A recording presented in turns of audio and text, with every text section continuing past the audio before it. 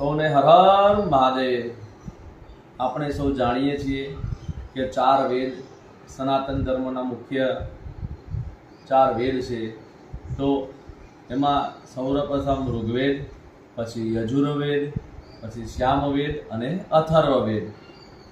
પરંતુ આપણે એ જાણતા નથી કે ચાર વેદની અંદર કયા વેદમાં શના વિશે માહિતી આપી છે।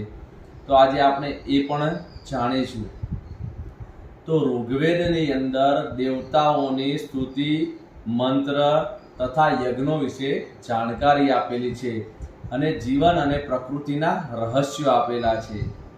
પછી યજુર્વેદ, તો યજુર્વેદની અંદર યજ્ઞોની પ્રક્રિયા તથા કર્મકાંડની વિધિ તથા બ્રહ્માંડના રહસ્યો વિશે જાણકારી આપેલી છે। પછી સામવેદ, તો સામવેદની અંદર સંગીત વિશેનું સર્વ જ્ઞાન આપેલું છે, જેથી કરીને આપણે સંગીતમય રીતે વેદોનું જ્ઞાન મેળવી શકીએ।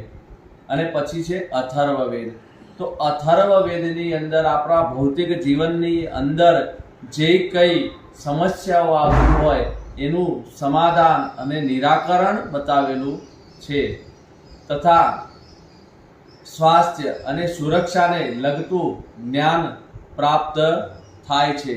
તો આ ચાર વેદની અંદર આ ચાર પ્રકારના અલગ અલગ જ્ઞાન આપેલા છે।